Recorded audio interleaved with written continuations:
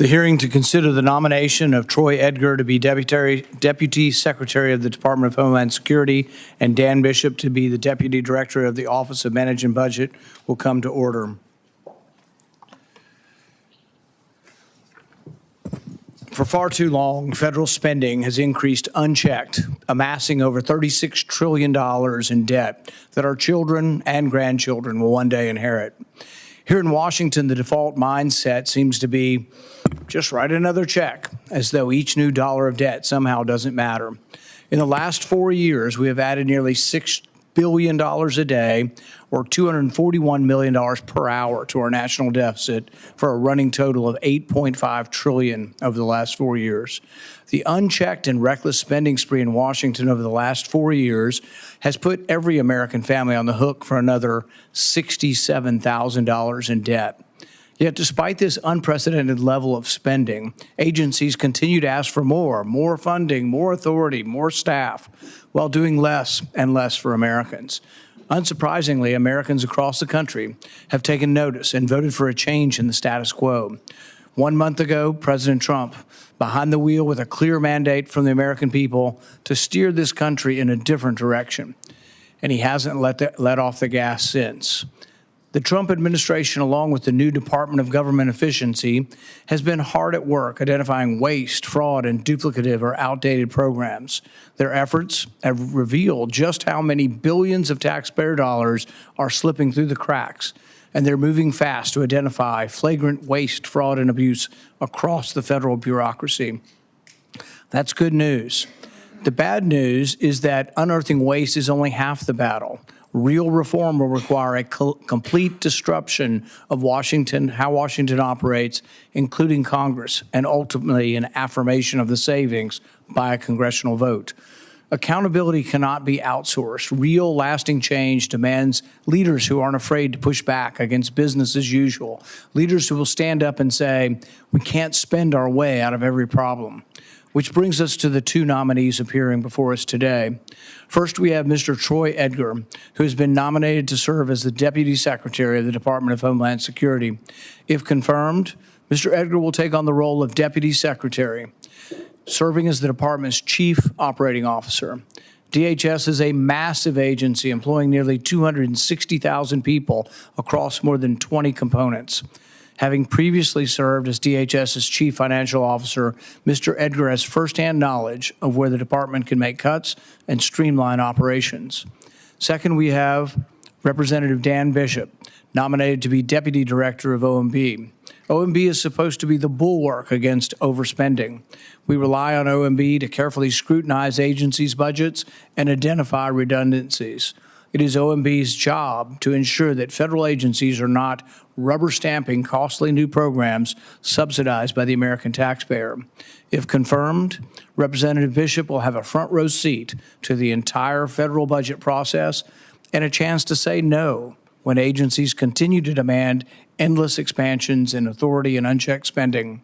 Both of these nominees have come forward at a time when Americans are fed up with government overreach and runaway debt. So, Mr. Edgar and Representative Bishop, we appreciate your willingness to serve and the experiences you bring to the table. If confirmed, you will each wield influence that can truly shape how this government operates and how it spends the public's money. The American people deserve an honest, efficient government that respects our hard-earned dollars. Thank you for joining us this morning to share how you plan to meet these responsibilities. I now yield. Well, no, I don't yield to the ranking member because he's not here. The committee has received several statements in support of the nominees. Without objection, these letters of support will be made part of the hearing record. It is the practice of this committee to swear in witnesses. Mr. Edgar, Mr. Bishop, please stand and raise your right hand. Do you swear that the testimony you will give before this committee will be the truth, the whole truth, and nothing but the truth, so help you God?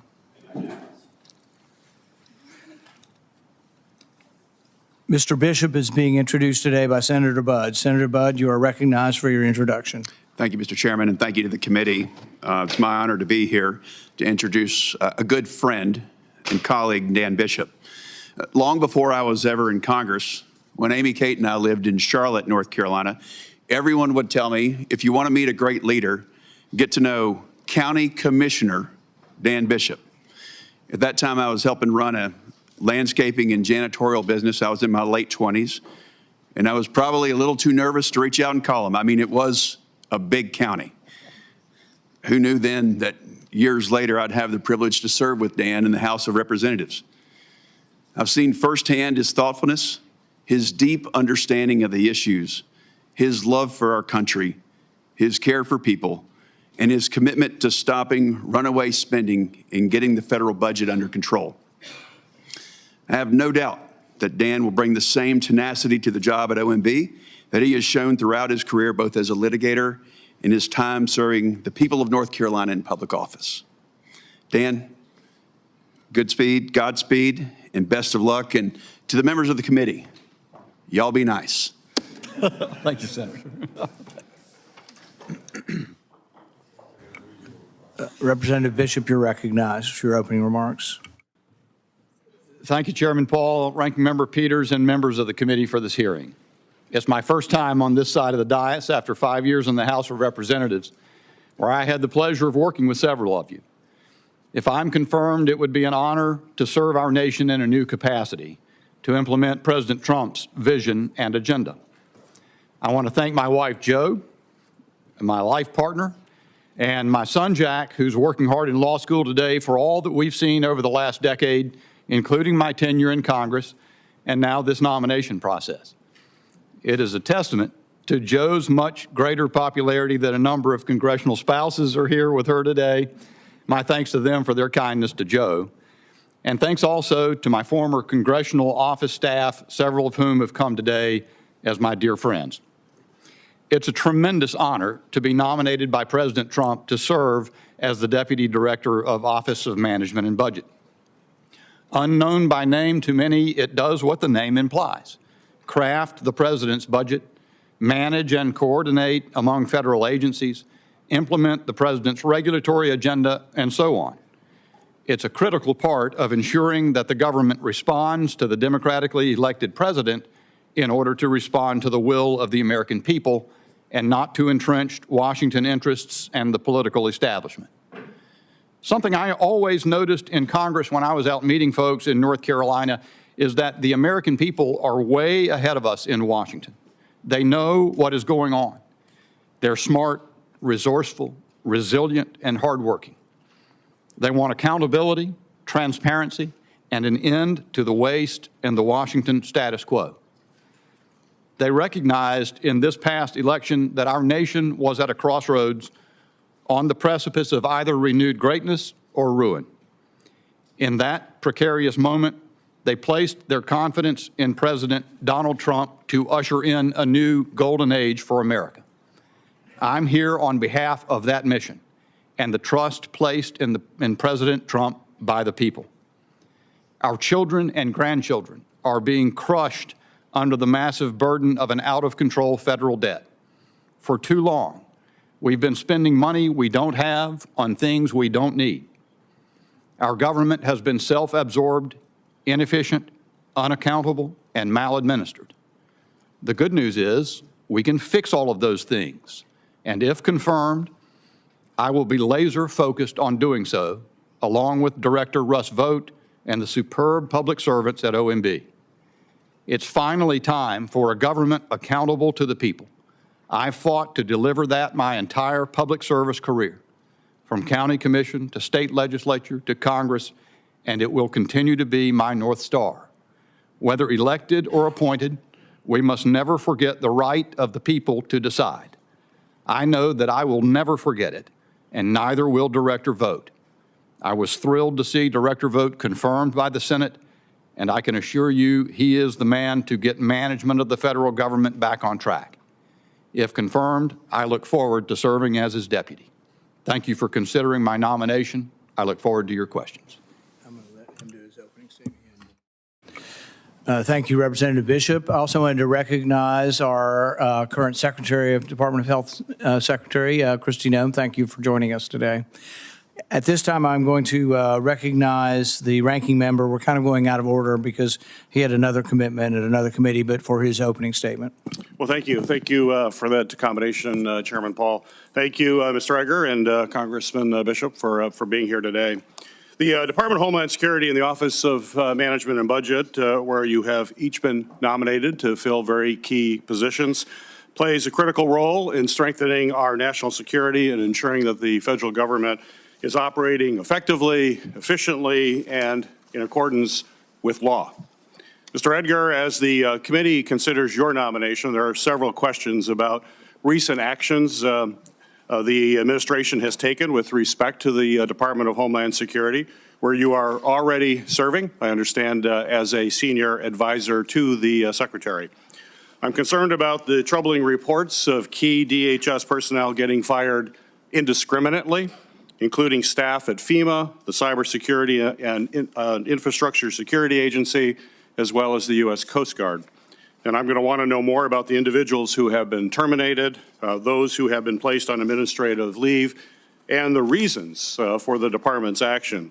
Specifically, I want to know what impact these terminations will have on DHS's ability to execute its vital national security missions, including disaster response and efforts to prevent cyber attacks. I am also alarmed that Elon Musk and DOGE personnel have been granted access to potentially very sensitive DHS data, which could violate cybersecurity and privacy laws. DHS holds some of the most sensitive data about Americans and American companies of any government agency, including their biometric information as well as private companies' proprietary information. Congress, the American people, need to know what data was accessed, how that data will be used, and more importantly, why. We need to know what kind of legal and security analysis was conducted before sharing this very sensitive personal information. We also need to know what this data was properly managed and not at risk of being stolen by any of our adversaries. Mr. Edgar, I hope that you will address these concerns and will demonstrate how you will work with Congress, the Secretary, and the administration to rectify these issues if confirmed. Today, we're also considering the nomination of Dan Bishop to serve as the Deputy Director of the Office of Management and Budget.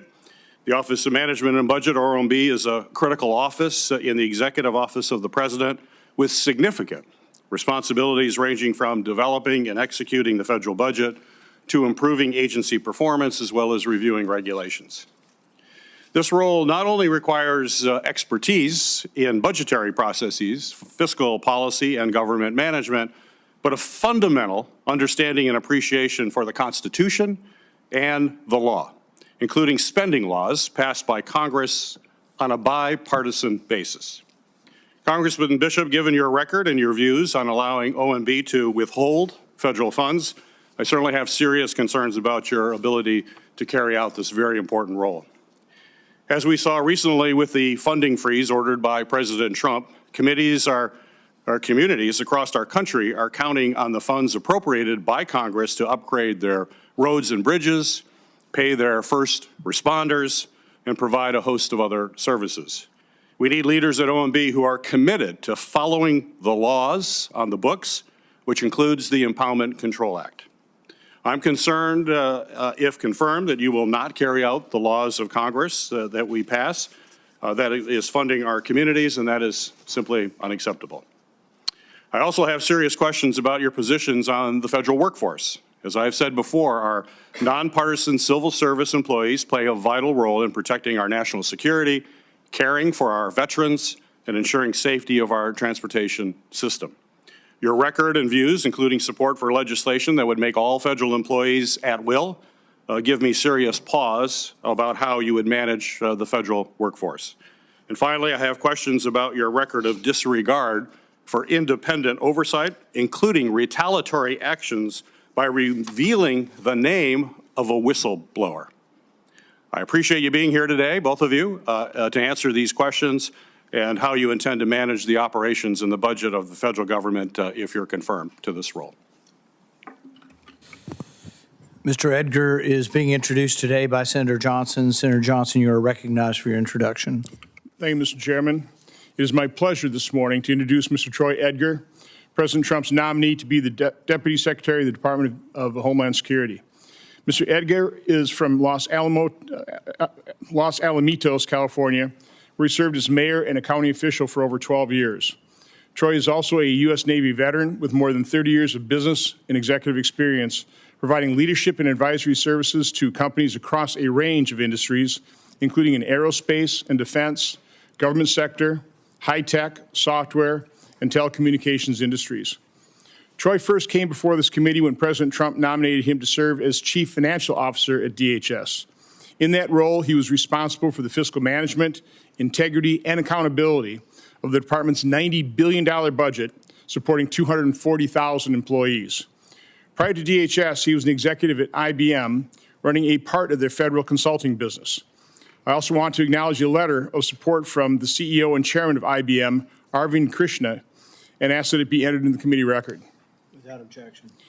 Troy spent nearly a decade in the aerospace industry at Boeing, where he was the CFO of a military aircraft logistics division.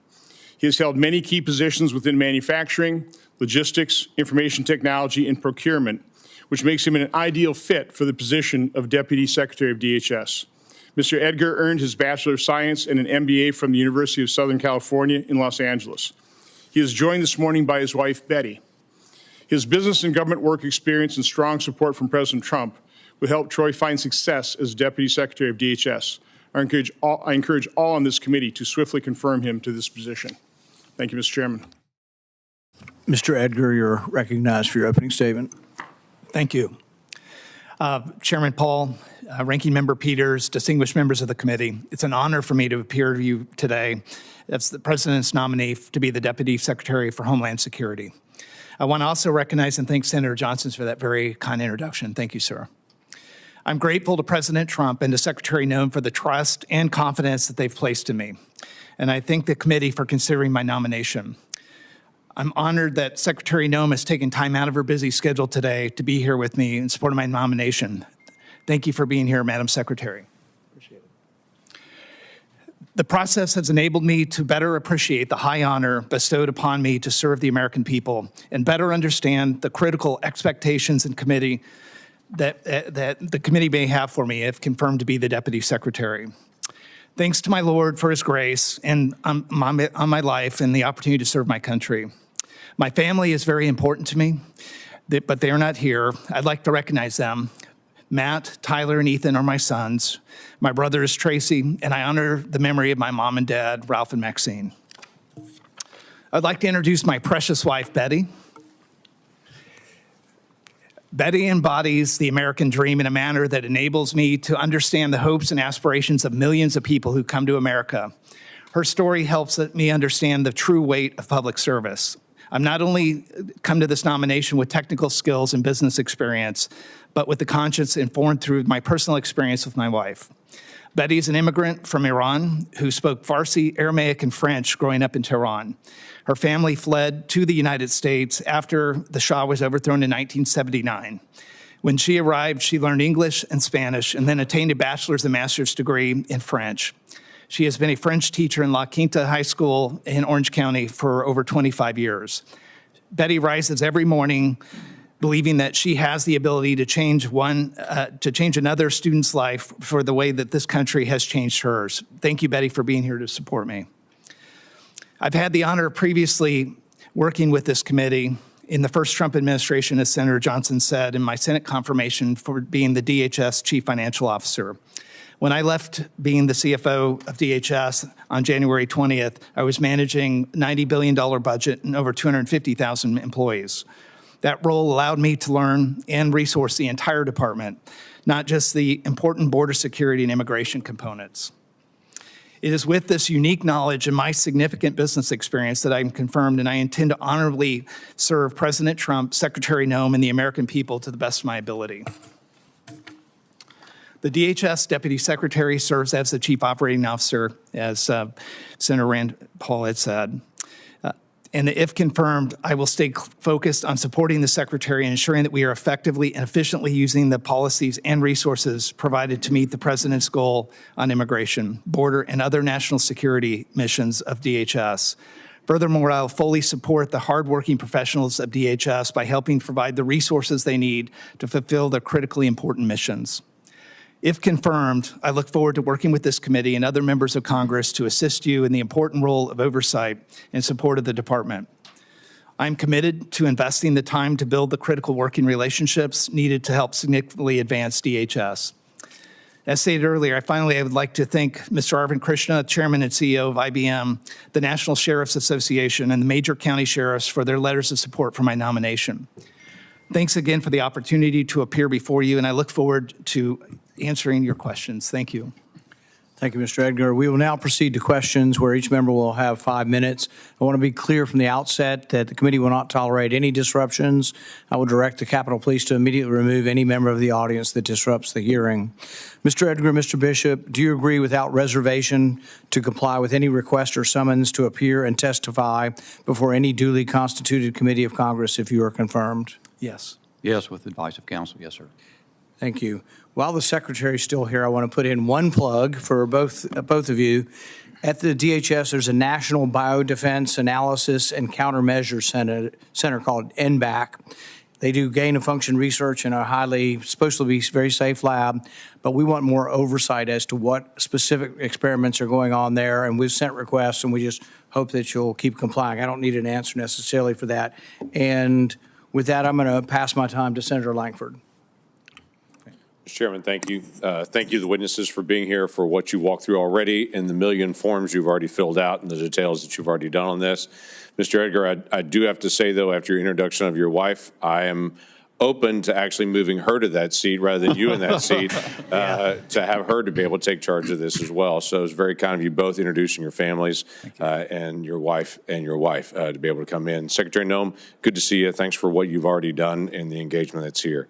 Let me walk through a couple of things on this as quickly as I can on this. Mr. Edgar, you've done a lot of the work behind the scenes. This committee in the days ahead will work a tremendous amount on trying to get the funds to DHS that they need to actually implement the border security that is desperately wanted by the American people on that. Without question, additional dollars are needed, but without question, there's also waste in the structure. You and I have talked about $20 million a month that's being spent on soft-sided facilities, and there's multiple of those. $20 million a month for giant tents that are up there. We've talked about GSA and the frustration with CBP in GSA facilities that are organized where GSA's put in a $14,000 urinal, or they've sold a parking lot for $1 to the local community, only to a couple of years have to buy it back for $1 million on it. The challenges they've had where CBP has said we need more lanes, and then GSA designs a building that actually has fewer lanes of entry, saying this is based on their design. We've got to be able to figure out how to be able to deal with the waste, but also to be able to implement policy quickly. What would you do to be able to help the communities on the ground and the leadership on the ground efficiently be able to do the mission? Yeah, thank you, Senator. I'd start, first of all, having the opportunity to be in the CFO for DHS and looking at all 23 components. The two that you're talking about mainly, or the main one you're talking about, CBP. I think right now the organization is very focused on an immigration and border security mission. And I think if confirmed to be the Deputy Secretary, I would work not only with CBP but ICE. I think that the facilities that you're talking about potentially could be leveraged in the same vein that ICE is going to need about 100,000 detention beds. CBP has, like you said, potentially availability within soft-sided tents. My job as being the previous CFO and now, if confirmed, to be the Deputy Secretary, is to make sure that we're not being wasteful, that we're being responsible with our spending, that we're leveraging all the contracts across the government to be able to get to our mission and really execute on President Trump's agenda. Would be helpful, and we'll walk through that process together. We don't mind allocating the dollars as long as they're spent wisely in the process on it. The American people can go, that's where I want my tax dollars going on this. HSI, DEA, and FBI, great letters around here, but they are a challenge at times to be able to cooperate together on it and try to be able to keep from mission creep. Your oversight and Secretary Noem's oversight in this process over Coast Guard, over all things border, over FEMA, over Secret Service. There's a lot of tasks that are out there, but a lot of coordination that has to happen as well.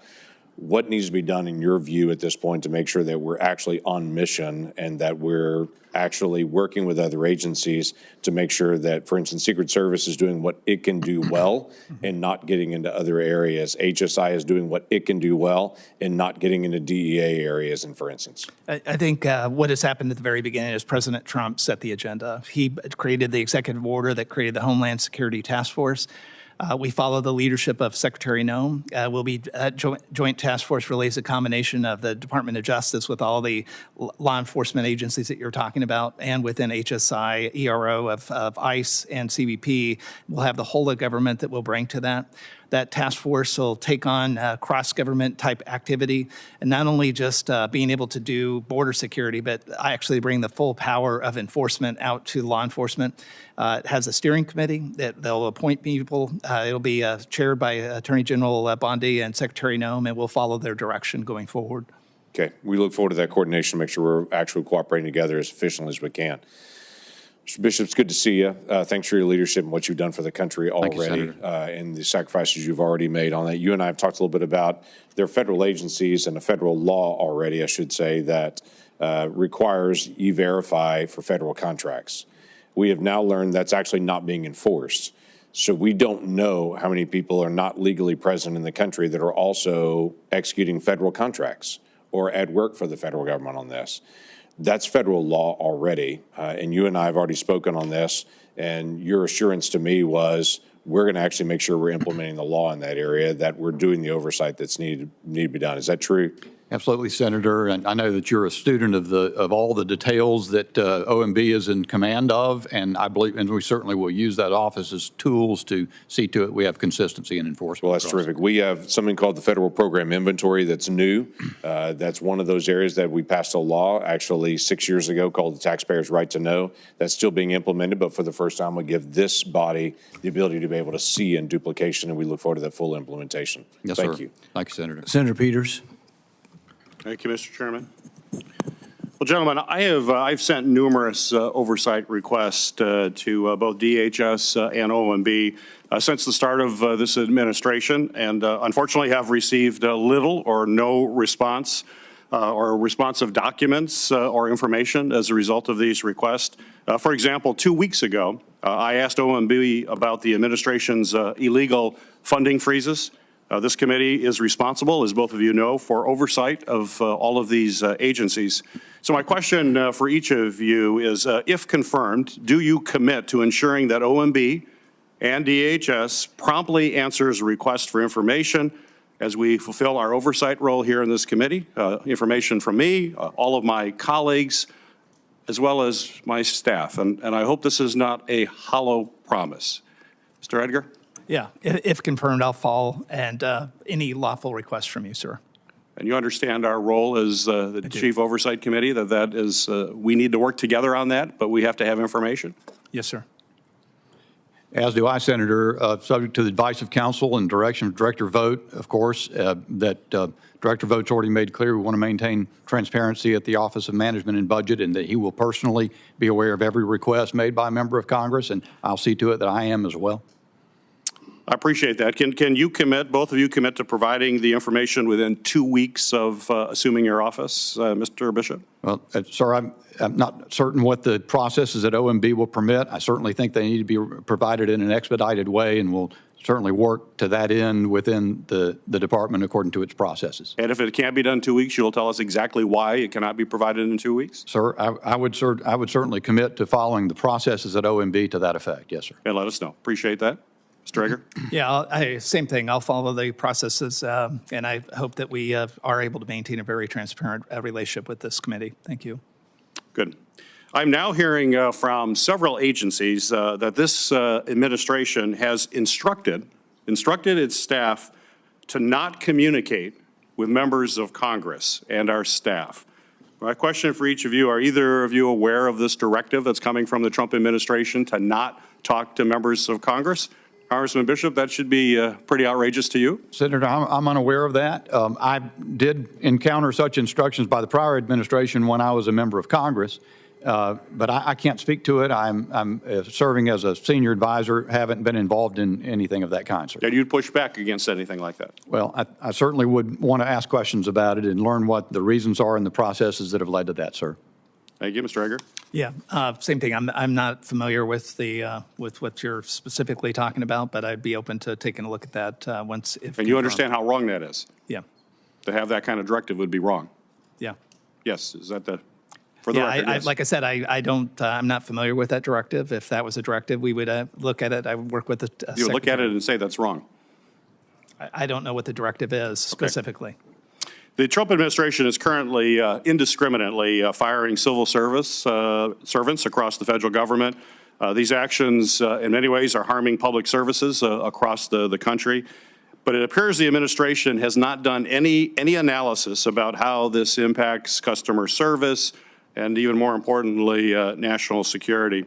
Congressman Bishop, do you support, and this is just a yes or no answer, pretty easy, do you support the administration's recent efforts to indiscriminately remove civil servants from their positions? Well, I can't answer yes or no, Senator, because I believe the premise is wrong. I don't believe the administration's proceeding in an indiscriminate way to terminate employees. So you have seen the analysis that's gone for each employee as to why they've been terminated? No, I certainly haven't. But How can you make that statement if you haven't seen that analysis? Because I know that Donald Trump, President Trump, and the folks who are working hard in the White House every day to do the will of the American people are not proceeding in a way that is indiscriminate, Senator. So when you get in, if we ask for information as to why these particular individuals were, you'll be able to provide it to show that it was not indiscriminate?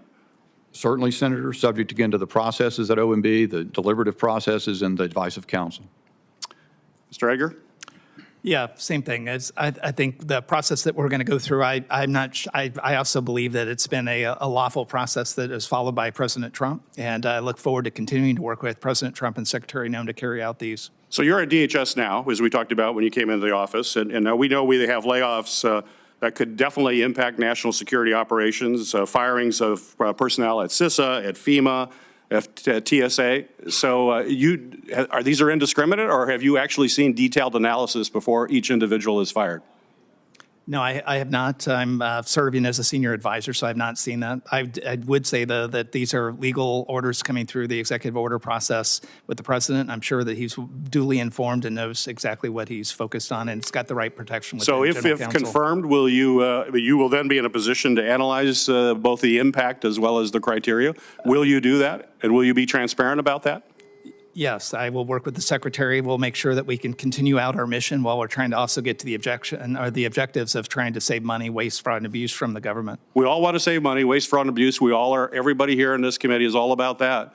We don't want to jeopardize national security. We want to make sure that thoughtful decisions are being made before folks are terminated, not indiscriminately. And clearly, you can meet the objective of fraud, waste, and abuse in a thoughtful manner and not indiscriminate. But you need to be transparent about that. That's in order to have trust in the process. So Yeah, I look forward to working with you if confirmed. Thank you. Senator Johnson. Hey, Mr. Chairman. Mr. Edgar, Mr. Bishop, I think you're both aware of the fact that I've been talking quite a bit about returning to some pre-pandemic level of spending. Mr. Edgar, you obviously have experienced the CFO of DHS and an awful lot of private sector experience. What drives me nuts around here, as coming from the private sector, is nobody seems to use a budget the way families use a budget and the way businesses use a budget. I mean, I use the analogy, I don't think any family, if they have a serious illness, they have to borrow $50,000 to pay for medical bills. That family member gets well, they continue to borrow $50,000 and spend at that level. But that's exactly what we've done here at the federal government. We went from $4.4 trillion in 2019 to averaging $6.5 trillion in the next 5 years. Last year we spent 6.9. This year we're on course of spending $7.3 trillion. So first of all, both you gentlemen, do you think there's any justification for us to be spending after the pandemic has wound its way down at $7.3 trillion, 61% above where we were in 2019? Mr. Edgar. First of all, I think that what we're going through right now, what you're talking about, is potentially a reconciliation bill that would be spending up to a higher level than what we would normally spend.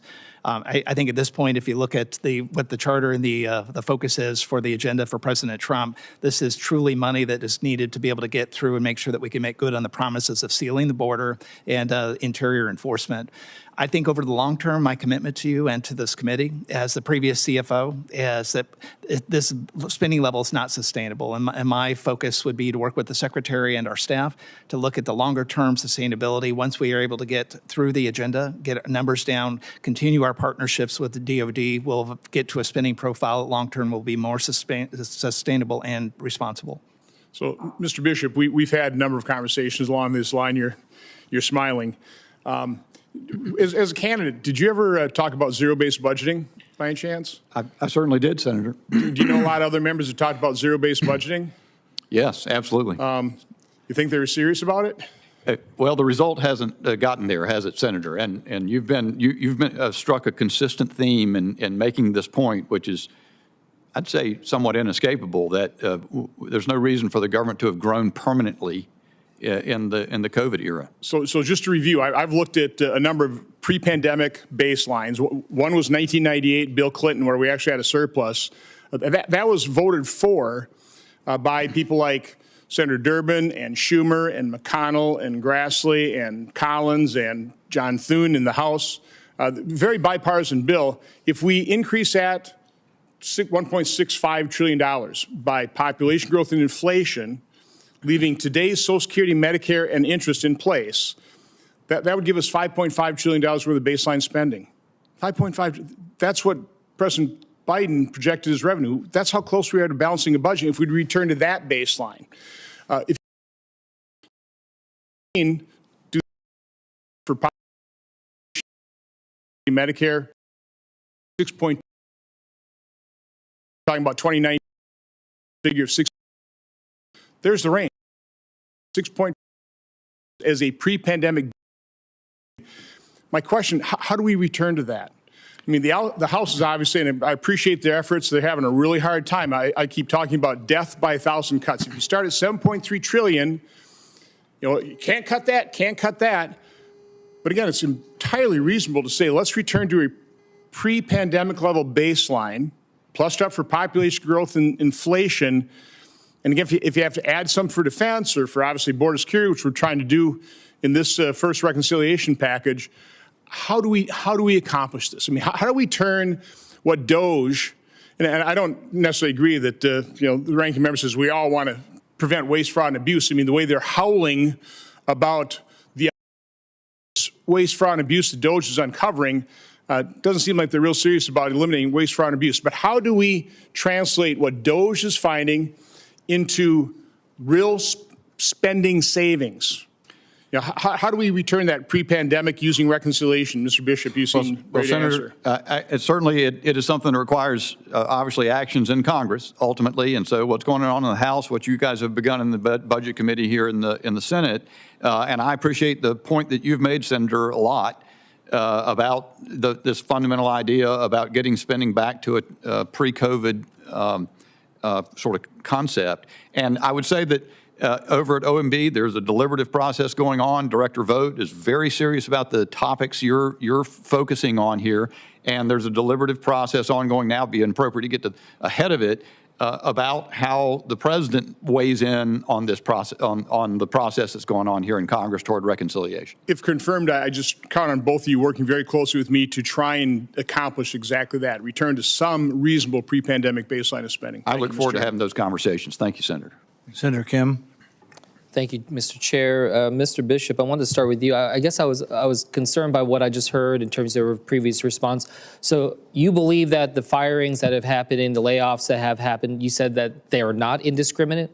Yes, Senator Kim, I don't believe that President Trump or the people at PPO or the folks who are around or in the White House policy-making operation would proceed in a way that is indiscriminate with respect to. So in terms of the fire, I mean, we're seeing firing based off of status of being probationary, both in terms of new hires as well as probationary also includes those that have been recently promoted and they are new in that position because they've been promoted into that. And we've seen mass layoffs of that status because frankly, I guess it's, easier to be able to fire them.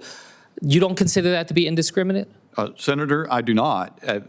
The folks who are advising the president have made points about believing that the federal employee workforce is not at the right size. It needs to be right size. So when we were seeing the National Nuclear Security Administration, we're seeing hundreds fired there, later to be reinstated.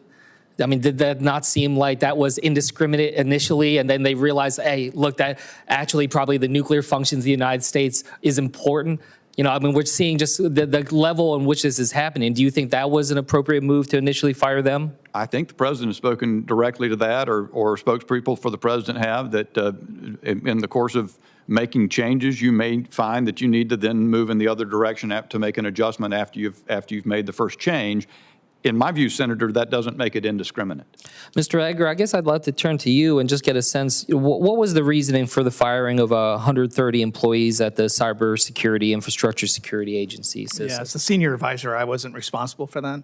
But I guess what I would say, just as a response, is if you look at this outside of federal government, the process that you're talking about whether we're being indiscriminate or not, I mean, this is something that all Fortune 500 companies do. To me, this does not seem out of the norm. And you would normally go to reflect on more junior people, especially if you had to make a head cut reduction and you needed to be able to go through a process to be able to get to that. So to me, this seemed totally logical. Well, I guess what I'm just trying to think that we have incredibly important procedures going forward. So for instance, the Cyber Safety Review Board under DHS was revoked. The membership there revoked. Yeah. You think that was a good idea? I do. I think it was a great idea. You think it was a great idea, even though that is the board that is overseeing the investigation on Salt Typhoon? Explain like I that. said, I didn't make the decision to do it, but I think it was a great idea. I think that CISA has overstepped its boundaries and authorities. I think it needs to be reeled in, and it starts with that steering committee. I think they need to be reconstituted. So who is conducting the investigation on Salt Typhoon right now at DHS? CISA. CISA's doing Yeah. it. So they've taken over the review of the Cyber Safety Review Board? Well, at this point, that review board will be reconstituted at the right time, but as an organization, it continues with its priorities set. Well, if it's going to be reconstituted, why was it decommissioned to start with? Well, at least why were the members taken off? Like I said, I thought it was decommissioned because that it was going in the wrong direction. It starts with the leadership there. I wanted to just switch gears here, Mr. Edgar. I guess I wanted to just get your response, just have you on record when it comes to the temporary protected status. We've seen the revoking of that for Haiti, for Venezuela. I guess I just want to ask you, do you not believe that consideration of safety of individuals is something that we, as the United States, should take into account when we're thinking about how to proceed with legal pathways to immigration? I think temporary protective status is just that, temporary. I think the Secretary reserves the right and the opportunity to go in and look at what the policies are, either from Venezuela or Haiti. And I think the Secretary has taken appropriate action to make sure that she reserves her opportunity, that Secretary Mayorkas had really pushed up and really kind of overdid what his authority was. And I think we're just putting more options on the table for the Secretary to make her decision. When it comes to FEMA, in the past, you've called it a great organization, great people, their mission drives their organization at all levels. What we're seeing at USAID and other aspects of the federal government, should we expect that at FEMA? Are we going to see a rapid abolishment of FEMA? I think I would agree with the president. I think we need to reevaluate what the direction is that we're going to go with FEMA. It's got a lot of issues that need to be dealt with structurally. You know, as you know, it's structured in two different ways: the disaster recovery fund and the non-disaster recovery. Yeah. So just here at the end, I guess I just want to say, and we talked about this, is like I think everyone here understands there needs to be reforms when it comes to FEMA. What has been happening hasn't been working. I say this from New Jersey, crushed by hurricanes, problems on that front. But I really do urge you and the Secretary, and I've talked about this before with her, that try for us to have a bipartisan approach to this. Work with this committee to try to address it. If we see just a quick gutting of it, it's just going to leave American people unsafe, insecure when it comes to disasters that can affect every aspect of this country. And with that, I'll yield back. Thank you. Senator Ernst. Yes, thank you, Mr. Chair, and thank you to the nominees for being here today. We truly do appreciate your service.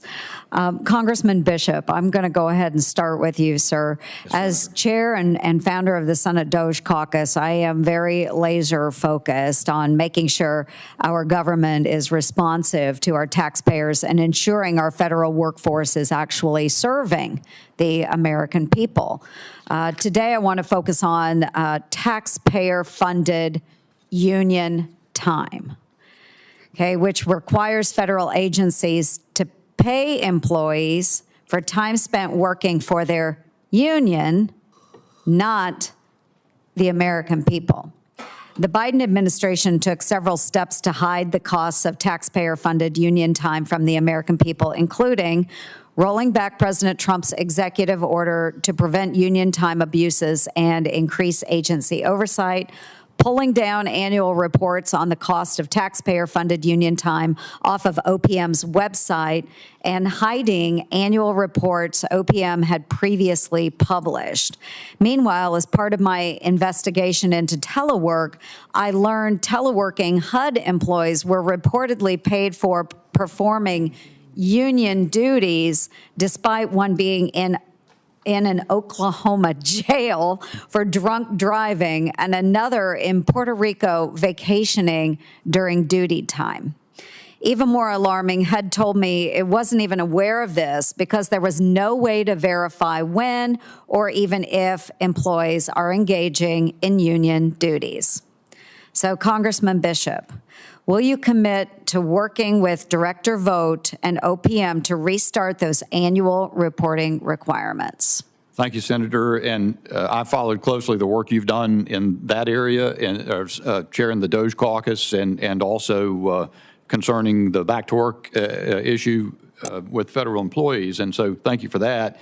And OMB and OPM do have a close working relationship. I'm coming to learn about it as a senior advisor, not yet confirmed, but certainly I'll take that back to Director Vogt. And I think the issues you're speaking to are quite significant. And of course, I won't be deputy director and implement my policies, but the policies of President Trump, and follow the direction of Director Vogt. But certainly, and look forward to looking into the issue and communicating with you about that, and making sure the information you need is readily available. That's great. Thank you. In 2019, some of those agencies refused to provide OPM with data.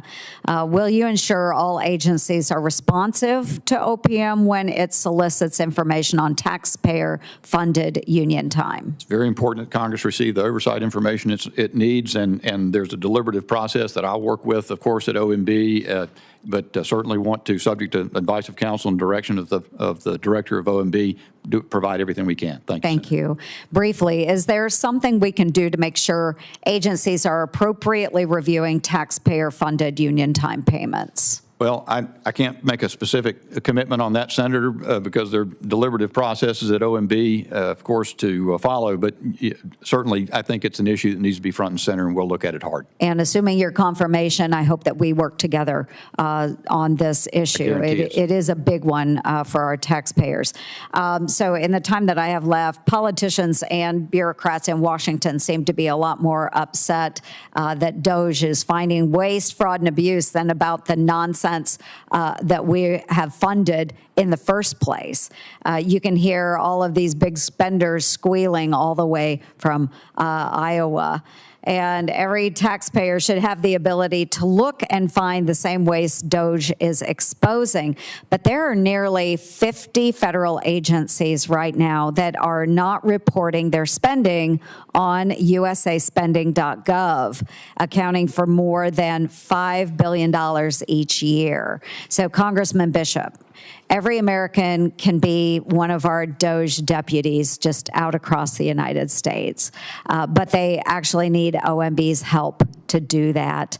Will you require all agencies provide timely, accurate, and complete reporting of their spending? I can tell you, Senator, that with the scope of USA spending and the items that are not on there is something that I've learned a great deal about since being nominated and researching that. It's a very significant issue to me. I will be paying very close attention to it should I be confirmed as Deputy Director. Absolutely. Well, thank you. And my time has expired, but thank you. I think we've got a lot of issues here, and I look forward to working with both of you on these issues. Thank you.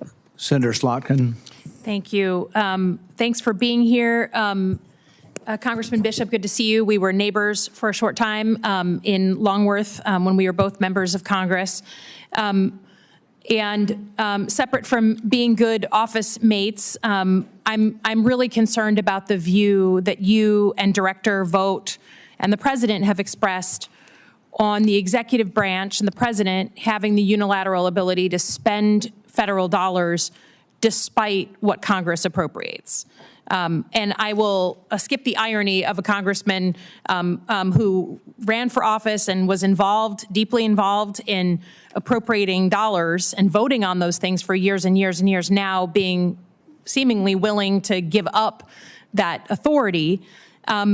It's a fundamental principle of the Constitution. The Supreme Court, starting back in 1975, has said that, as the Constitution says, this body, which Republicans now control, both houses of, appropriates the dollars, and the federal government spends them accordingly. This has been reiterated by the courts. Can you tell us your position as Deputy Director of OMB? Do you believe that President Trump has the ability to spend appropriated dollars in different ways than they were appropriated? Thank you for the question, Senator Slotkin. President Trump has run on the issue of impoundment, and there will be a process in the administration, the decision-making involving lawyers. I will not be serving as deputy director in a legal capacity, but there'll be folks who are looking at the legal issues you describe. But but it's just your view. I understand lawyers, but your personal view, like, just be open with it. Vote was very open about it. Do you believe that if this chairman appropriates dollars that are voted on by this Senate, that you and the President Trump have the ability to spend those dollars in different way than your Republican chairman has appropriated? Well, Senator, I support the views of President Trump and Director Vogt on the subject. So yes, Mr. Vogt owned it. You should just own it. So let me ask this question. If you believe that to be true, do you believe that you have the right to unilaterally take money out of Social Security? Not that you will, but that you have the right. Senator, the President's made very clear that I'm not going to touch Social Security. But and you're speaking to hypotheticals. I would say I don't think that it's not a hypothetical if every single Michigander that I talk to is worried about you cutting their Social Security benefits, their Medicare benefits, their veterans benefits, the post office, right? I was just up in very red conservative Upper Peninsula of Michigan, right? I'm the only Democrat there. Right. And they are like happy, as you said. There's people who are perfectly happy with cuts that are going on, but they are desperately worried that you are going to cut their Social Security, their Medicare, their veterans benefits, and the Postal Service. And despite everyone saying they're not going to touch it, you are smarter than that and know that the big cuts that you are calling for need big chunks out of these programs. Senator, I don't hesitate to say that I do not believe that the president can stop Social Security benefits being paid. I don't think so. You don't think he can pull money out of Social Security, Medicare, veterans benefits? I don't. And the Postal Service. And of course, the reason I say that the president said he's not going to is because that's what he's consistently declared, so I don't think it's an issue. But if you look behind the numbers, and you guys are looking for $6 trillion, DOGE is looking for that. You guys have been open about it, which I appreciate. $6 trillion doesn't come from $1 million here and $1 million there. It comes from cutting big programs. And what you are saying is, despite what everyone says here, you are working for, you proudly support this idea that you can move money even though it's been appropriated for a certain reason. So I don't think any American, red, blue, purple, the whole thing, should trust that these programs that they've worked their entire life for are safe if you believe you can do anything that you want. Well, there are distinctions to be made, Senator. So to the point you suggested hypocrisy about serving in Congress and then taking this position, Harry Truman exercised the impoundment power to cancel a squadron of, I believe it was bombers, that he had vetoed and Congress had passed over his veto. These things have happened across history by presidents. Well, and I would just say I feel very strongly that, again, it's not about red America or blue America or any of those things. I'm from a purple state.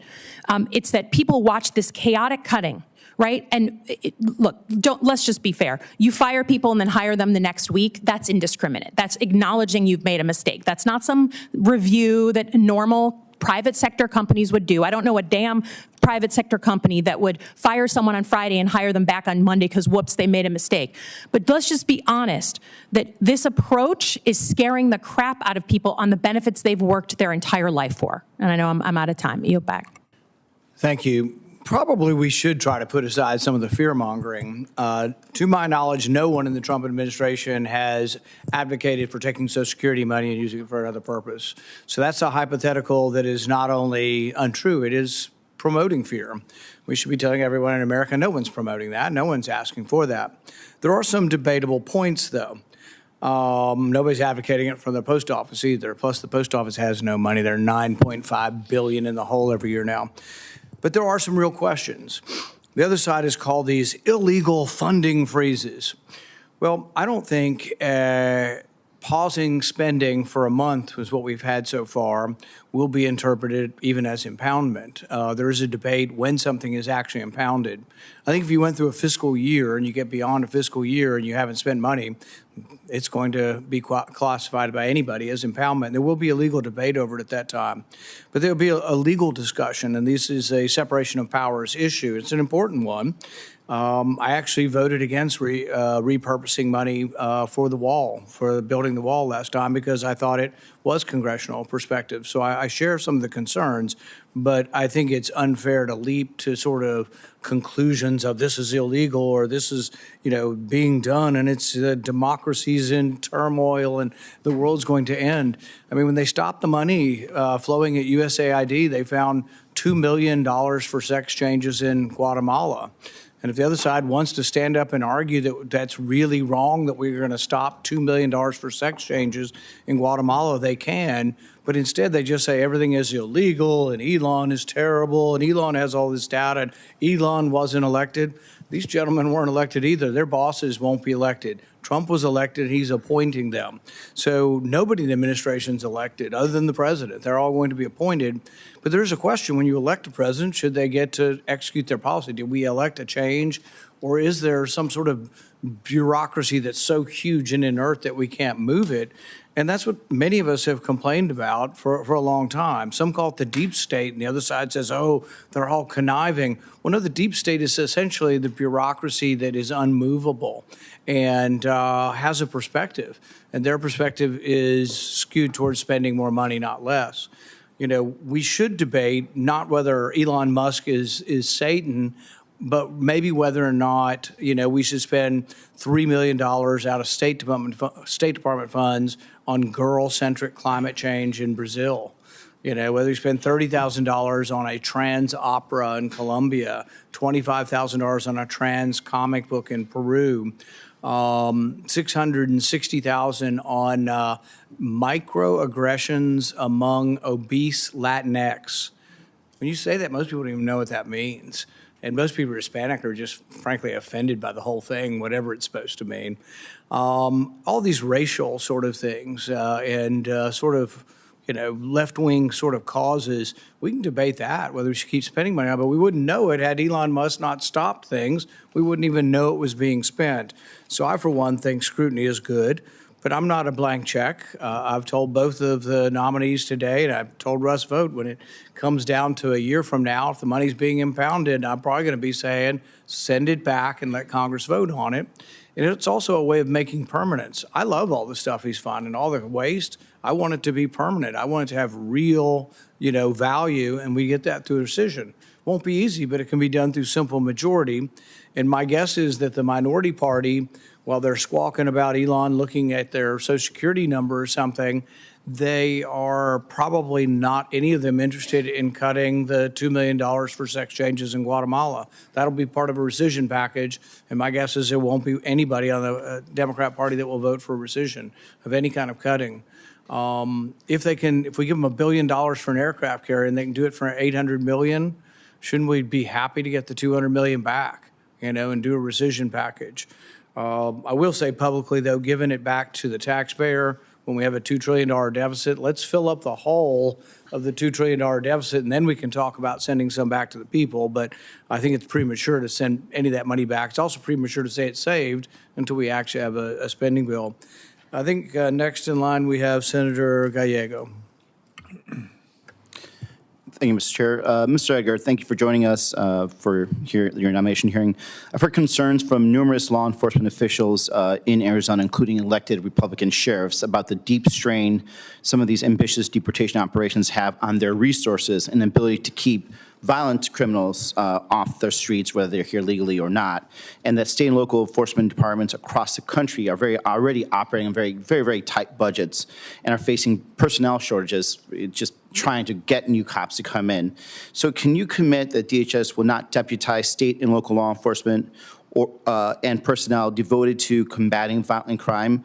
Essentially what they're concerned about, these police officers, is that they don't mind if DHS says, hey, we're going to go and there's this criminal, let's say whatever gang or cartel member, we have a deportation order, could you come help us, City of Phoenix Police, to do a cordon and everything else like that?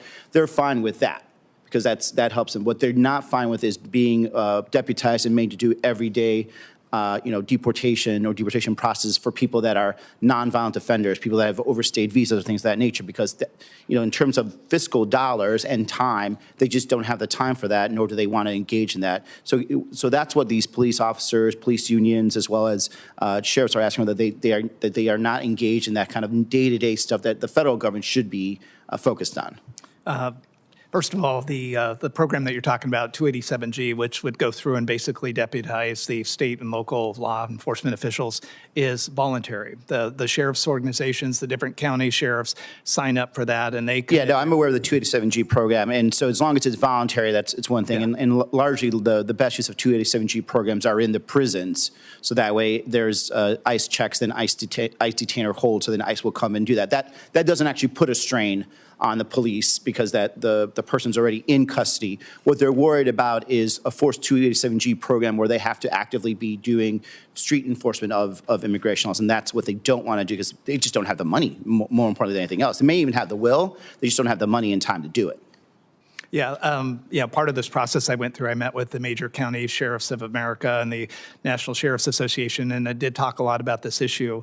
I would just say maybe we're a little bit at mixed purposes here, as I know that the president's perspective of this and Stephen Miller, who helps us coordinate across all law enforcement across the government, 287G and the relationships with the sheriffs are very important. I think what you're talking about is discretionarily, whether it's just in prisons or in jails where we're actually serving in that sort of a function in detention.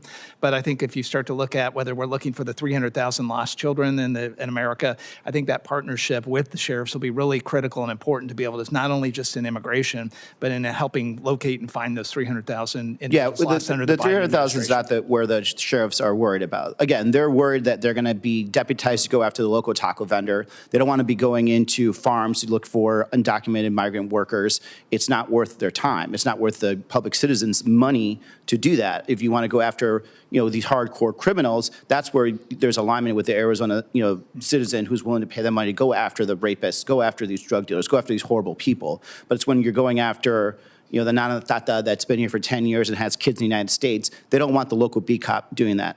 Moving on kind of into that same vein, there's a lot of fear about also the question about some of our students in schools, particularly public schools, being questioned about their status or their family status.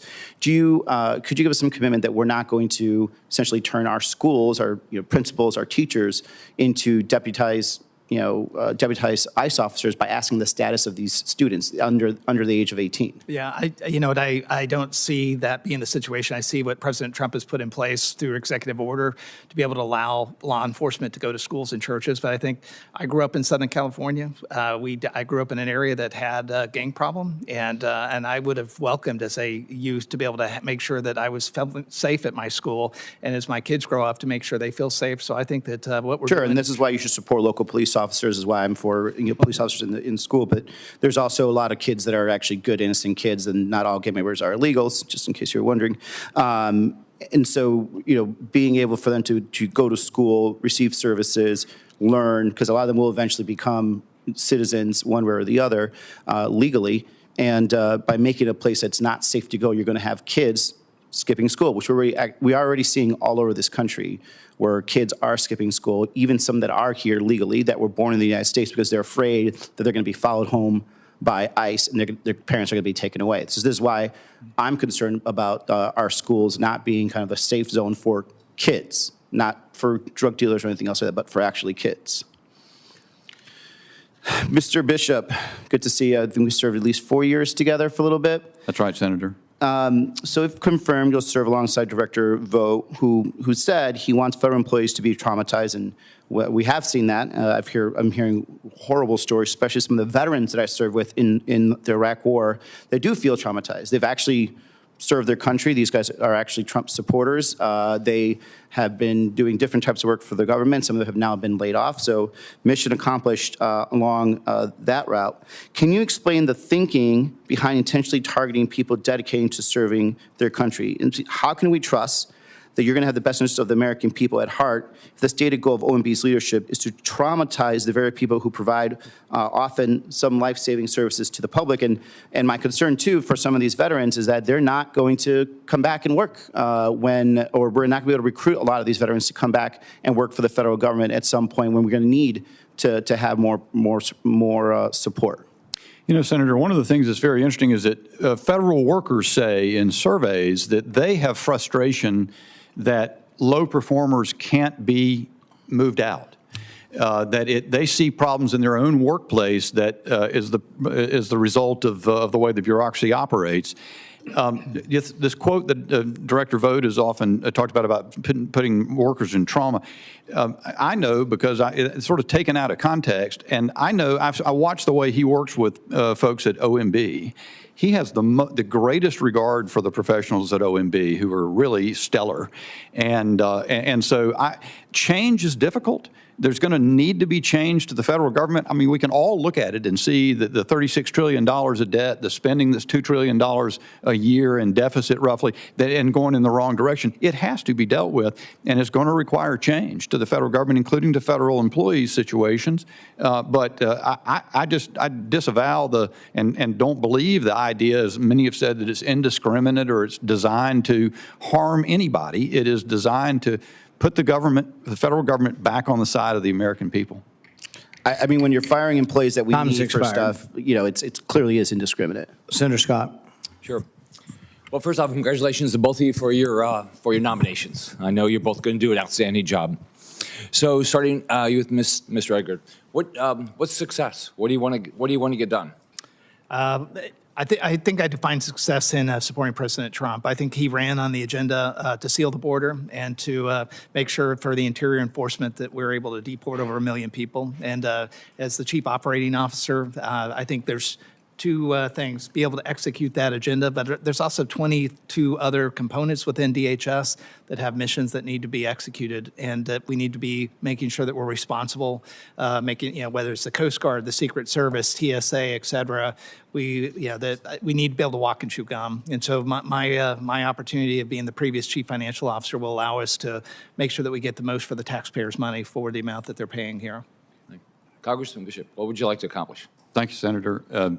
I think you'd say that we can implement President Trump's vision to put government back on the side of the people, to get government to function more efficiently and effectively, certainly to get the out-of-control spending under control, to begin making headway on the massive debt that we otherwise will be handing to our children and grandchildren. I think his talking about Elon Musk and what Elon Musk is seeking to accomplish, they want to see actual change, not the same status quo, the same stagnance that we've seen, you and I both experienced in our service in Congress, where we know we've got to solve these problems, but yet nothing ever seems to happen. President Trump means to make it happen, and OMB is going to be a critical tool in seeing to it that it does. Congressman Bishop, so you're a staunch supporter of getting rid of the wasteful spending. Do you think we can actually balance the budget? I think the budget can be balanced. I certainly do. When and under what circumstances and how that comes out, that's the president's decision, not mine. And my priorities don't weigh in this balance. I'm serving his program. But I certainly think, I know that we can bring the federal Leviathan under control so that the American taxpayer can afford it again. Yeah. Mr. Edgar, have you spent much time with regard to FEMA? My experience, I was governor, so I can just tell you, FEMA wasted billions of dollars. There was no logic to it, and they're involved in so many things that it never was anticipated that they would be involved in. So how would you try to fix FEMA? And they're wonderful people. Yeah. I mean, I I don't know, my experience with, I dealt with mostly the Southeast with FEMA. Gracia checked, ran it, and now Robert Sammons does. And they're wonderful people, but I mean, they're involved in so many things that doesn't make any sense. The president came out and said one of his first directives is we need to rethink about FEMA. And, when you start taking a look at that, a couple different mechanisms. I think the funding process, I started my public service while I was a corporate guy in the local government. And, if you talk with Secretary Noem, as a governor, she definitely knows how the disasters are related to at the state level. And she would tell you that if she was here, that a lot of this is best done by the local government. And I think what ends up happening is FEMA gets in the way of the process. They don't know the total priorities, and I think that's what the president sees. I think it also is going to require a legislative fix. I look forward to the opportunity not only working on one side of the aisle, but both sides of the aisle. I think we need to take a look at it very systematically and look at the authorities that were given to FEMA during the DHS stack of 2002 and evaluate what would be structurally the best way. And I know you and I have talked about this privately. I would love to be able to work with you to do that. Congressman Bishop, how inflation's out of control. It's impacting the poorest families in our country. How much is that tied to wasteful spending? I think what Americans are seeing now, revealed every day, frankly, unfortunately, to the consternation of some, is that there is jaw-dropping waste in the federal government. Senator, I think about what you did as governor of Florida. You sat down, took your budget, went through it at great pain, line by line, and and began moving to solve it. And the fiscal results you achieved there, we can do the same thing in the federal government. And it's I think what President Trump is demonstrating in the first several weeks in office, with the help of DOGE, is that there's going to be action on multiple fronts all at the same time. There's going to be significant change, and I think Americans are enthusiastic to see someone finally take hold of it the way that you did when you were governor of Florida. You guys, you're both going to be great. So I look forward to voting for your confirmation so you can get to work. Thanks, Senator. Thanks, Chairman. Senator Hassan. Well, thanks, Mr. Chair, and welcome to both of you, and congratulations on your nominations. I want to start with a question to both of you, and it's a simple one. If directed by the president to take action that would break the law, would you follow the law or follow the president's directive? Mr. Edgar? I would follow President Trump because I know he's advised and he's doing a lawful job, and so I would be following the president. Well, that's disappointing because no one is above the law in the United States of America, and your obligation and the oath you will take is to the Constitution and to the law, not to President Trump. Mr. Bishop? Senator Hassan, I'm confident that President Trump will issue lawful orders. It would not be up to me as serving in a non-lawyer capacity to decide what is lawful and not lawful. Well, excuse me. If you are advised by a lawyer in your agency that it is against law, or if it is clearly against the Constitution, as some of the things that President Trump has already done in this term and in his last term were, I would expect you to follow the law. And your unwillingness to say that, other members of the administration, by the way, who I voted for, have come forward and said, yeah, we'll follow the law. So it's disappointing. If a court issues an order requiring the Department of Homeland Security or the Office of Management and Budget, respectively, to take or refrain from taking specific actions, will you follow the court's order, Mr. Edgar? Yes. And Mr. Bishop? Yes. That's great. I'll turn to another question now. And this is to you, Congressman Bishop. Last month, the president unilaterally cut off nearly all federal grants before multiple federal courts determined that doing so illegally harmed Americans all across the country. This funding cut created chaos and disruption in my state of New Hampshire. For example, one of our hospitals had a federal grant to replace its sewer system. It's a small rural hospital. It applied for the grant. It got it. It was a contract with the federal government. And while this funding cut was in effect, this hospital was stuck with a $300,000 outstanding bill that was due to contractors, and the job was halfway done. So, Congressman Bishop, if you're confirmed, what will you do to ensure that federal grants are reinstated and that OMB and the Trump administration follow the law? Senator, I'll follow the deliberative process and its outcome at OMB. And I think in that case, there was a memorandum that said some items that were implicated by the president's executive orders were paused. And the thing that you're describing, I don't think was. There was a media reaction that was alarmist. No, it wasn't a media reaction, because when I talked with people on the ground in New Hampshire, the money wasn't flowing because the freeze was overwhelming, because nobody understood the executive orders, which, by the way, were very poorly drafted. They were so general and so imprecise that everything stopped. And I'll just note that you talked about President Truman impounding funds. That was before the Impoundment Control Act was passed in the 1970s, an act that was deemed constitutional by the Supreme Court of the United States. So what previous presidents did before the Impoundment Control Act is one thing, but if you're going to follow the law, you're going to follow the Impoundment Control Act. And it is highly disappointing to hear you, Mr. Vogt did it too, this sleight of hand, previous presidents have done it, as if the law was never passed. So I just want you to understand that the freeze has had real impacts. They are not hypotheticals, and they are impacts on money that not only was appropriated by this body, Article 1, the Congress of the United States, but signed into law by a president of the United States. Now, Mr. Edgar, I'm going to follow up on FEMA.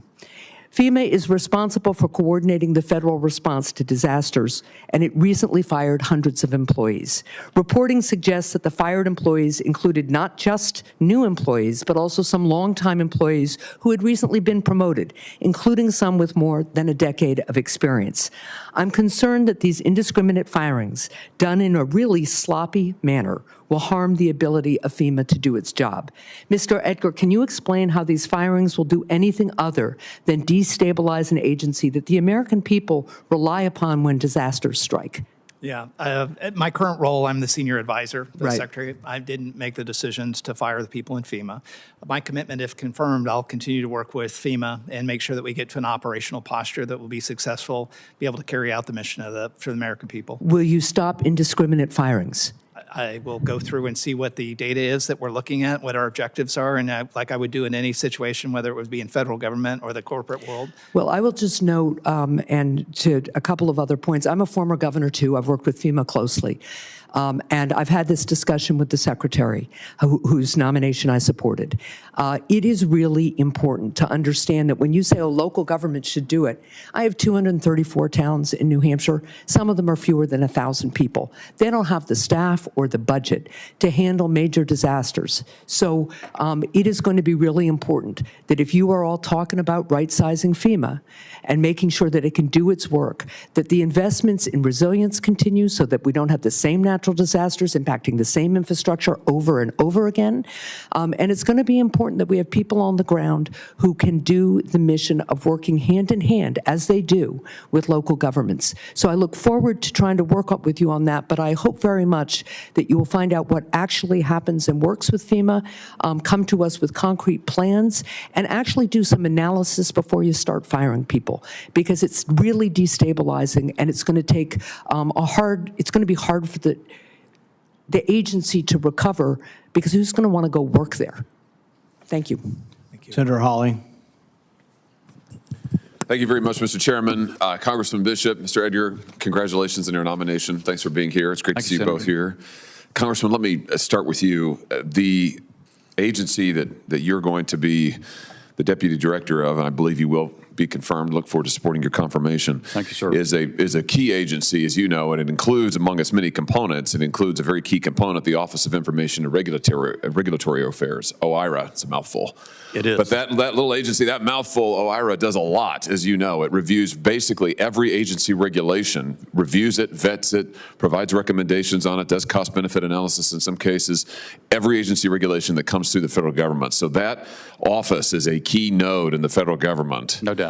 For assessing regulations. So with that in mind, I just want to ask you some questions that I also asked Director Vogt that I think are so important for those of us who are pro-life, serving in an administration that is avowedly pro-life. Just on Title 10, this is the Title 10 grant program that currently provides money under the Biden administration, has been providing money for abortion providers. Now, I talked with the Director Vogt about this. I've talked with RFK about it. RFK committed to me that he would end Title 10 funding for abortion providers.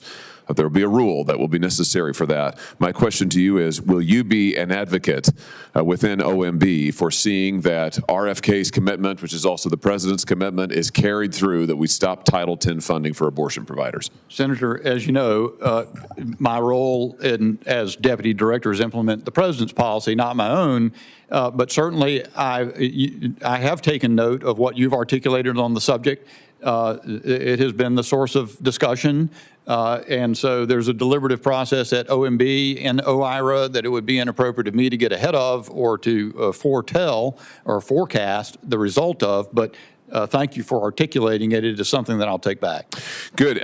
I just want to drill down on this, though, because this is very important, and I don't think this is in doubt. The HHS secretary, now confirmed and sitting, has said under oath that he will overturn the current rule and put back in place President Trump's rule on Title X funding. The president himself has said he does not support Title X funding going to abortion providers. So I guess another way to ask you this question is, let me put it to you this way. Do you support the president's policy, implemented into law in his first term, articulated again since then, articulated again now by his current HHS secretary, that Title X funding should not flow to abortion providers? Let me ask it that way. In my view, the purpose of OMB and my purpose as deputy director will be to implement the president's policy. Okay, good. Let me ask you about the Hyde Amendment. Will you work to ensure that all federal agencies fully comply with the Hyde Amendment, which, as you know, is statutory law and has been since 1977? OMB does play a role in ensuring consistency and observing law across the federal agencies, and so certainly, Senator, it'll be an issue we'll give attention to. Oh, great. And that includes, just to be clear, that includes the Hyde Amendment, which is in place and has been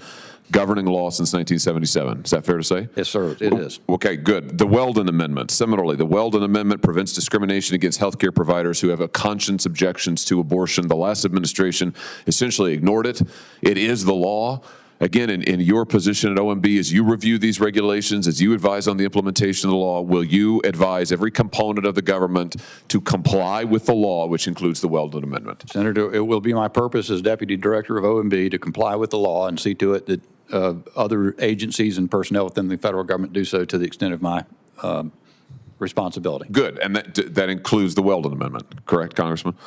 Yes, sir, Senator. Okay. That's part of the law. So yeah, that's good. It is. It is part of the law. The last administration seemed to forget this. Last thing, when it comes to pregnancy resource centers, pregnancy care centers, so important, provide, in many cases, completely free medical care to mothers, many of whom are facing an unexpected pregnancy, everything from health screenings to diapers, baby food, consultation, all, again, often completely free. The last administration conducted an incredible effort to attempt to persecute and shut down these pregnancy care centers. The president, in his first administration, allowed federal funding to be available and federal grants to pregnancy care centers. He said he wants to do that again. Here again, my question to you is, as you look at these grants, as you look at these regulations, will you be an advocate for the president's policies allowing federal funding to flow to these pregnancy care centers? I will be an advocate for the president's policies on that subject, Senator. Good. And I would say one advantage that my service in Congress alongside you and working together with you on some things, Senator, provides is I did witness the evidence that you're describing about the official posture and neglect or hostility toward pregnancy resource centers in the past administration. And so I carry that experience with me into the role I seek to be confirmed to. That's fantastic. I'm glad to hear you say that. And just to put a fine point on that, you know these statistics as well as I do. In the last administration, after the Dobbs decision, hundreds of pregnancy care centers were vandalized, were firebombed, were the subject of criminal activity. And while the last administration abused federal statutes to go persecute pro-lifers who demonstrated peacefully, according to their religious beliefs, they did nothing to protect pregnancy care centers. Nothing. Hung them out to dry, allowed them to be firebombed, vandalized, criminalized, and the rest. It's absolutely outrageous, all while denying them, in many cases, grants for which they qualify under federal law. So your experience on this will be important, I think, and I look forward to you being a strong advocate in the administration. I see my time has sadly expired, and as Senator Paul knows, I always adhere to my time limits. So I'll have some questions for the record for you, Mr. Edgar, and maybe a few more for you, Congressman. Again, thank you both for being here. I look forward to supporting your nominations. Thank you, sir. Senator Moody. Thank you, Chairman Rand, and great to be with you. As you see, I'm 4 weeks in and still don't know which way to go in my committee rooms. I didn't even notice, Senator, But I'll tell you what I was 5 years in and didn't know which way to go.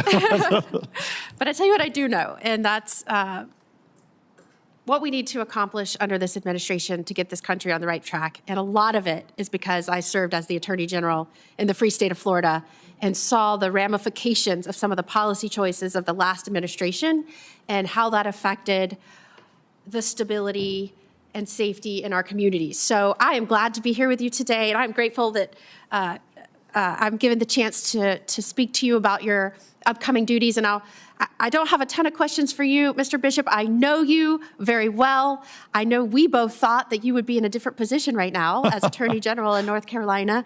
And I will pray for you in your new role. I know you're going to do a great job. And God, as I can attest, God has a way of No doubt messing about up our plans that we make so diligently. No doesn't doubt. he? I'm thankful for it. Thank you, Senator. Congratulations on your nomination, sir. Thank you. I would like to turn my attention to Mr. Edgar. When I was the Attorney General in Florida and President Biden first got in office, one of the first things he did was rescind the longstanding practice of both Democratic and Republican administrations of deporting serious felony offenders that were here illegally committing crimes back to their countries of origin. That was never something that was argued. And in that first month, they said, we're not going to do that anymore, issued completely different directives to law enforcement, in fact, started canceling detainers that sheriffs were using in jails to hold people who had committed felonies that were in our country illegally and needed to go back. So you can imagine the outcry from law enforcement when those detainers were being canceled by the Biden administration. One of the first things I did as Attorney General was sue on that practice. I believe that was one of the most dangerous things that they could have done, one of the things that put our citizens at risk, and it was not necessary. What they also started doing was taking prisoners that were in federal prisons and that were brought here from other countries or picked up in the middle of the ocean for federal prosecution and put in our prisons because they were prosecuted here only. They were sending them back to the places where they were prosecuted within the United States and releasing them into the communities, and their only connection to the United States was that they were prosecuted here. Those practices have to stop immediately. Many of those groups and organizations within DHS will be under your purview. And I know we had some time to talk about this. Do I have your commitment to go back? I sued on that practice as well to get as much information that we could to see who was being released into the state of Florida, because of course they weren't telling us. Do I have your commitment to go back and look at both of those practices and make sure that state and local law enforcement, number one, can detain, pass over to ICE so they can be deported, and that those federal prisoners are deported back to their countries? Absolutely. And as you can see, President Trump came out of the chute very hot with not only just making sure that that ICE, the ERO group, all the law enforcement that we would focus on at DHS is really trying to get this back on track. But he's also started through his diplomatic relationships through state to get countries to receive those citizens or those migrants back into their country and their criminal folks. We've started to unlock a lot of different types of capabilities to be able to get those folks and get them out of the country in almost a nonstop method. So it's a really significant part of our process within DHS to hit that, be able to get 1 million people deported. So much of that, however, to correct course, is going to be someone in your position going back, digging down through the directives, the emails, the guidance memos, all of those things that were done to make sure that everything is rescinded so that all of those relationships, all of those agreements, everything that the president is doing so well can be promoted and propped up by what you are doing as an agency. I think truly, and all the things that you do, getting people that are known to commit crimes against our citizens out of here as fast as possible, that has to be our number one priority. And in that vein, the 280G program, I know one of my prior colleagues mentioned that maybe some sheriffs were saying they don't want to do that, they don't want to be a part of it. Do I have your commitment to look into additional funding for salaries, training, equipment for those agencies that either want to cooperate with you and be part of the 280G program, or maybe in states like Florida, where we have supported them and statutorily we want them to be partners with you. Yeah, you absolutely have my commitment, and you'll probably hear in the next week or two, Secretary Noem has been working aggressively with the state of Florida. I think you guys are going to be the first ones coming out with us. Some pretty major initiatives. Your delegation of sheriffs have come and actually had an opportunity to meet with the Secretary and her staff, and we're really looking forward to working with the state of Florida. Thank you. Mr. Edgar, we talked a little bit about our records requests. We have done these both with the minority and the chairman when we were in reverse roles last year through letters. Then we finally sent subpoenas in January. Our hope is that you will show these subpoenas to the career officials who we believe have been obstructing us and let them know, I mean, there are repercussions for resisting a court order. I think you will be very helpful, but I think you need to make sure that all of the people that are the bureaucracy are obeying the law and will get that information to us. We're interested not only in all the dual-use research that could be gain of function or might be dangerous, classified or unclassified. We need to look at it. I mean, there are certain things that really just probably shouldn't be done. I'll give the example of Ebola. It's spread like AIDS through bodily contact and fluids. If you're doing an experiment to see if you can get it to spread through the air, I don't think we ought to be funding that. That's just too dangerous. And we need to look at all of that research to make sure people are not doing things like that. If you want to recreate the Spanish flu, you know, there are things that we probably shouldn't be doing, you know, that we can do now, but we probably shouldn't be doing. We also want to meet with the scientists. So like at the NBAC, the National Biodefense Analysis and Countermeasures Center is DHL lab. It's a BSL-4. We'd like the, you know, not for a public hearing, we'd like the head of that agency or that laboratory to come in and talk to us. Be prepared to tell us about all the different gain of function or dual use research of concern things that go on. We know that the government actually does a little bit of this through the executive branch, and the NIH coordinates it and sends it to the Office of Science and Technology Policy. We haven't been privy to any of it. I've been trying for 3 years to get it. This is not the atomic secrets.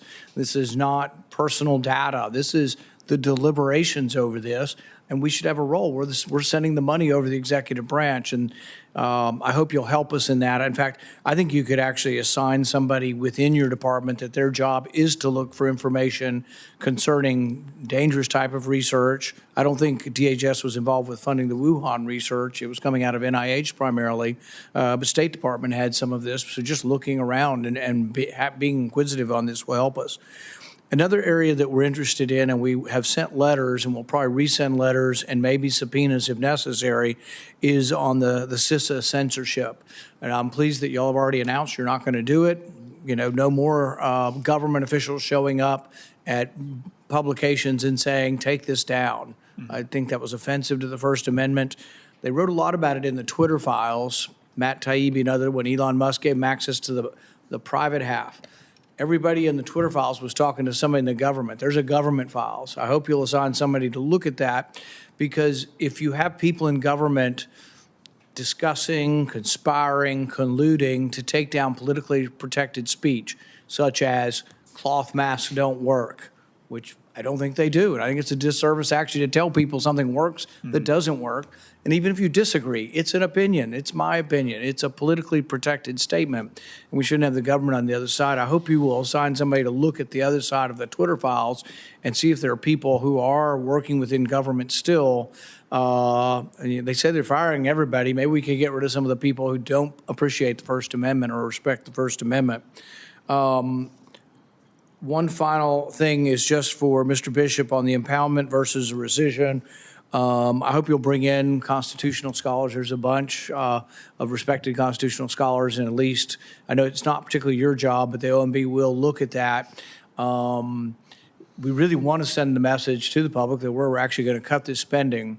I'm already predicting the public is going to be disappointed come September, because what's going to happen is every day we have the news of firings and savings, but the deficit this year is still going to be $2 trillion because we haven't structurally done something. Now, people will say it's hard. Congress isn't any good at their job. They're feckless. All of that's true. But we still have to try. We're in the majority. And rescission, you sending us back money that we say we're no longer going to spend it, we're sending it back to the Treasury, is a simple majority vote. And we have simple majorities in both houses. It isn't easy, but we ought to really try, and the administration should come back to us and lobby us and get some of those who are equivocal on this and let them know how important it is to the country. Because many of them are saying, and many over here are saying, well, you're just doing it improperly, it's illegal. But will they vote to cut any of the spending? Not one of them will vote to cut any spending through rescission. But we ought to really work hard to see if the majority, almost all of us will vote. We got to get everybody to vote for rescission if it does. I think it's an important debate. I do think for a couple of months you have a window of it being a pause and not an impoundment. And I think the judges are overreaching that are trying to stop you from firing people or pausing things. I think that all those things are within the realm, and it's a jump to say they're illegal. You can find one liberal judge to try to stop stuff, but ultimately decisions about between our power and the executive power probably are going to work its way up to the Supreme Court. But I appreciate both of your willingness to serve, and we're going to conclude it there unless you have, my questions were pretty just general. I just wanted to give you some advice. I know you wanted some advice, but we appreciate your willingness to serve. And with that, show me exactly what we have to say. Okay. The nominees have filed responses to biographical and financial questionnaires, answered pre-hearing questions submitted by the committee.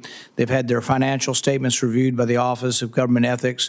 Without objection, this information will be made part of the hearing record with the exception of the financial data, which are on file with the committee. The hearing will remain open until 5 p.m. today for submission of statements and questions for the record. With that, the hearing is adjourned. Thank you.